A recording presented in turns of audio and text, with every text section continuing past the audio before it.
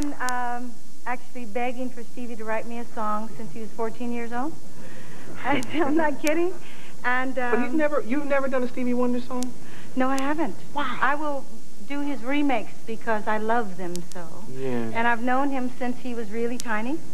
But he had promised me, and he's been so very busy with the Spike Lee movie. Yeah. Jungle Fever, yeah. And he promised me, so I've been holding the album up waiting for my song. Because we sat down and he played it for me. He said, is this the kind of song you want to do? Now, I haven't done a song like this since I did Reach Out and Touch or Ain't No Mountain High Enough that has...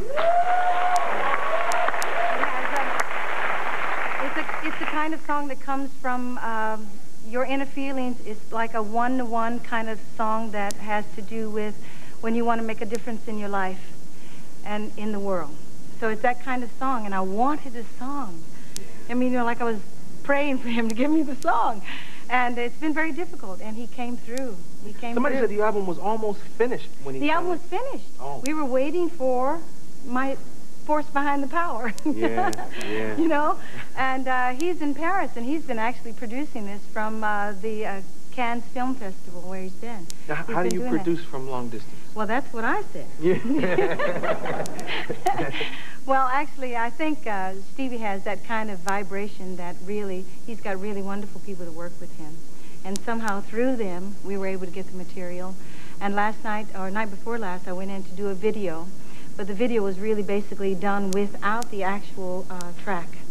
And what you have, we did live when I wanted to do a show with you, but I wasn't sure that I could be ready because the band hadn't really rehearsed it. I didn't know the words.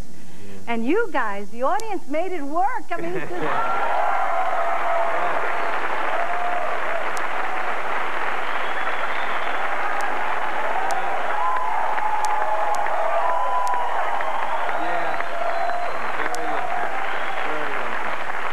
I always know if I can look into the eyes of the audience, if I can see their faces, and if they can see me, somehow my energy feels like I'm safe. Yeah. And I have this wonderful choir. Oh, you know? Andre and Sandra and their gang. I mean, I was like, it's got to work. Yeah. Wonderful. It did. I thank you. Thank you very much. Everything seems to work for you, though. I've seen you in concerts. Wait.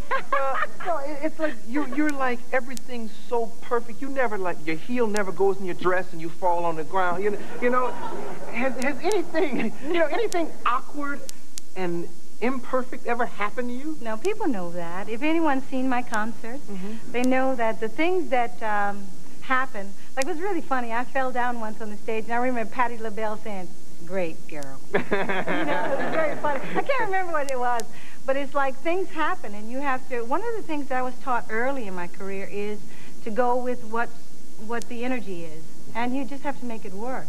And I've done all the things. I mean, I've fallen down on the stage. My zippers have broke on the stage, and I think people really like it when they know that you're real, that these things happen, and that's the way it is. People do love you more than I saw Patti LaBelle one night. Her eyelash started coming off, and let me tell you what Patti did. This is what makes her the person that she is. Patti said, "Probably ate it or something."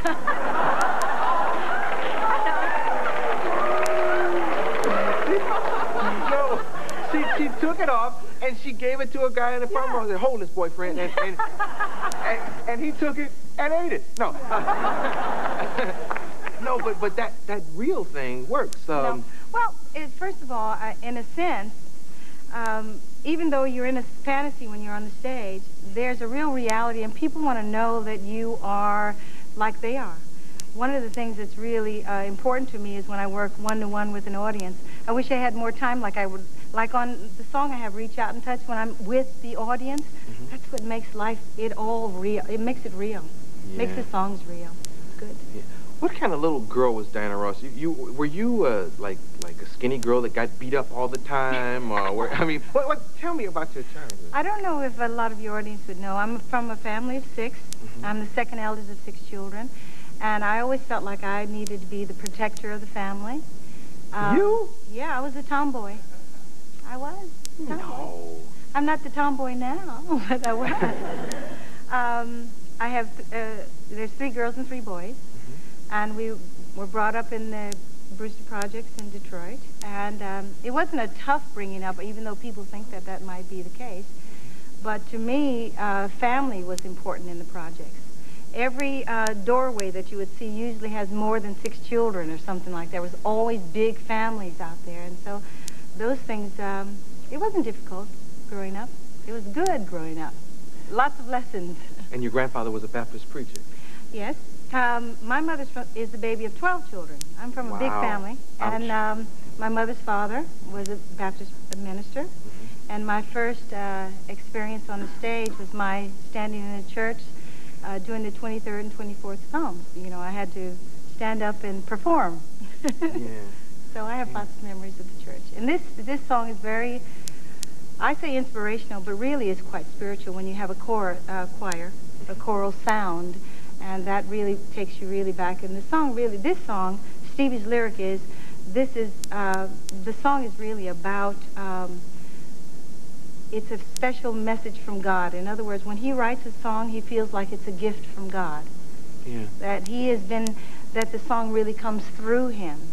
So in a sense, we both are vehicles to be able to perform the kind of lyrics that he feels are very important. If you listen to the lyrics in this song, it really is the kind of words about vitality, about making a difference in the world, helping the little man.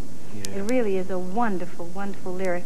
It happened so quickly tonight, you may not have heard all the words, but it's really special lyric. And we'll buy the album and get that lyric sheet. Okay. Well, you have pictures of the album. Thank you very much. Right. And we're waiting for we're waiting for some plastic inside and the lyric sheet and a fold out and stuff, you know, that you can put on your wall and all that kind of stuff. And we'll be right back with Diana Ross.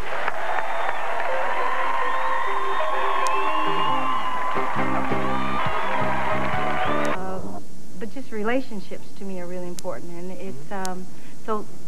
Yes, my baby love means love of my audience, love of the people that care about the work that we're doing here. But who was your first love, though? You mean first?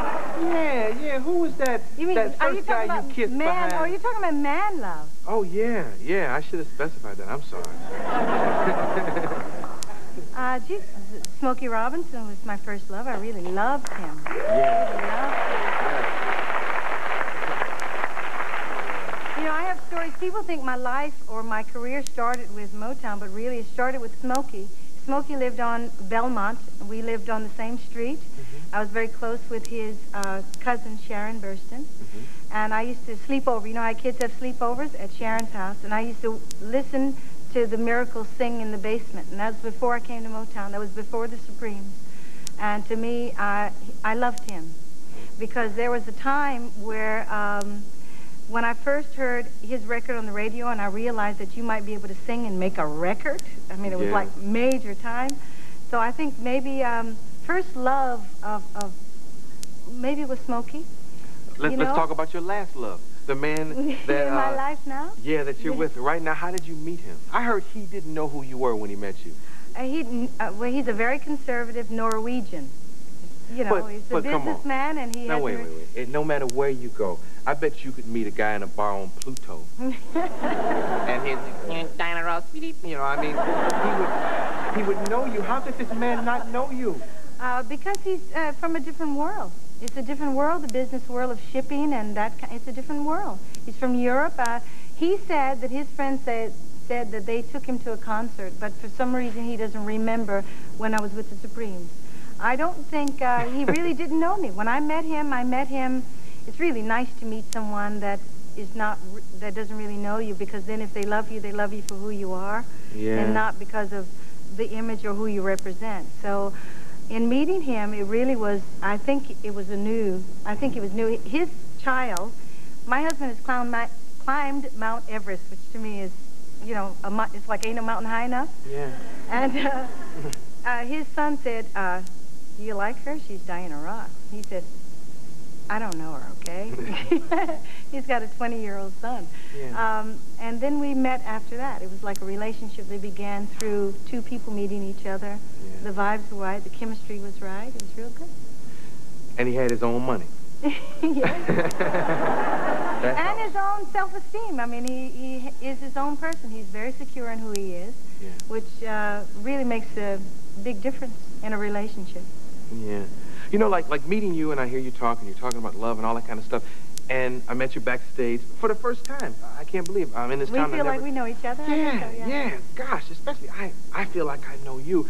And when you think of Diana Ross, sometimes you think of the kind of publicity that the press might set up or a Mary Wilson interview on something. What are the misconceptions of who you are? Because I'm finding you to be a different person than sometimes I hear, you know? You always hear about the diva. You know? Really? Yeah, oh, stop.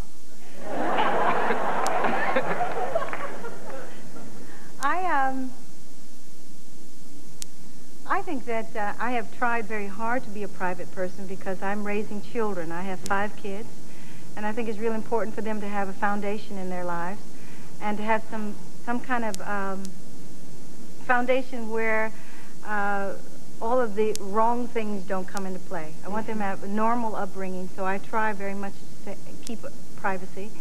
And I think because of that, a lot of the negativity might come up that I can't destroy. You know, I just say, yeah, I'm not going to go and try to... In other words, I am who I am, and people realize that. I think most of the audience knows that it's been 30 years of a wonderful career. At the same time, I'm raising children. I'm a working mother. And I spend a lot of time trying to do the right things about raising my children. And so even though I have a career, and I'm a singer and a performer, and a lot of these things come up, I really kind of just let them be part of the flow, you know, in my life. I think the question might be a little selfish on my part, too, because knowing where you've been and who you are, I think living in a fishbowl is complicated for a young guy like me, and I'm kind of asking you because I wonder how you deal with some of the negative, some of the lies, some of the things you have to have thrown at you being in the public eye. I hope at some point that maybe I will be able to write a book, but I keep thinking that if I write, I'd like to write about the things that have made a difference in my life and make a difference for other people. There's a lot of times I meet young people that say that I've been an inspiration in their lives, and I'd like to be able to talk about how I've overcome some of the difficult times and where I've come from and the way I enjoy my life now. To me, I will rather not deal in negativity, but in positive stuff. That's what the song is really about, Force Behind the Power. If I can do that, that's really more important to me. And it is a battle sometimes. Does it hurt you sometimes? You mean what, if someone says something negative? Yeah, if you hear something or read something. If you're in a public eye, if you're a celebrity, you've got to be open to that. It really is part of what that is. If I don't put too much energy on that, I know who I am and what I believe I am.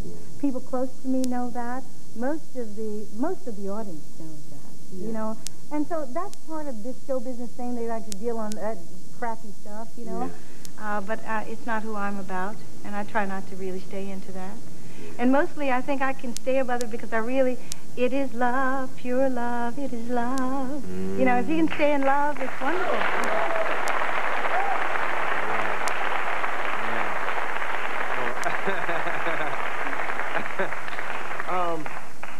When the Josephine Baker story came out, now I know a little bit about you, of what I think is real. I always thought you'd end up being the one to do that, because I know I know you loved the woman's career, and you met her once, kind of. I have a passion about Josephine Baker. It's a passion, and it seems like for some reason this woman must be rolling over somewhere because I'm still so very involved in her life. I've been researching and being involved in her life for maybe the last 10 years. I met Josephine Baker. She walked up to me in a concert. I went to see her perform. She walked through the audience, and she walked straight up to me, and she put her hands in my hair, and she just stared at me and never said a word and walked away. And then it was like something that said, you know, like I needed to do this person's life. I wanted very much. I didn't really, after doing Billie Holiday, I didn't really want to do another story about a person's life, you know. So after this meeting, this kind of energy between the two of us, it's as if she was trying to say something to me. And I know that what I've been searching for is the project that is the right project, the right story to tell about her life. And I don't think it's been done yet. You know, I really don't think it's said it yet. You really don't understand what power and what force that she made, the difference that she made in her life. And I think it's one of the vehicles, it's an event vehicle that I'd like to do, and I still am working on that. Yeah, other than the one on HBO, have there been others done? I don't think there's been incredible documentaries done about her life. In fact, you know, some of the information about her, no one's been able to put that on film really yet, you know. Yeah. Other than that, nothing. Yeah. Just I'm waiting for mine, hopefully. Motown has a film division. Do it there. You should do that. Yeah. Yes. It was very sexy when you grabbed and pulled your own hair. I don't know what it was about that, but it was, it turned me on, called me sick, smacked me. But it was very sexy when you said, thanks for coming by. And as a matter of fact, can I do that just once? No, you cannot. Okay. Don't touch my fro, okay? Okay. You want me to touch your hair? Well, if you pull mine, I'll pull yours. No. When does the album come out again? This album, it was supposed to be out like last month, okay? I've been waiting for Stevie Wonder because he's been working with Spike Lee on Jungle Fever. So Stevie's been driving me crazy, but I love him really.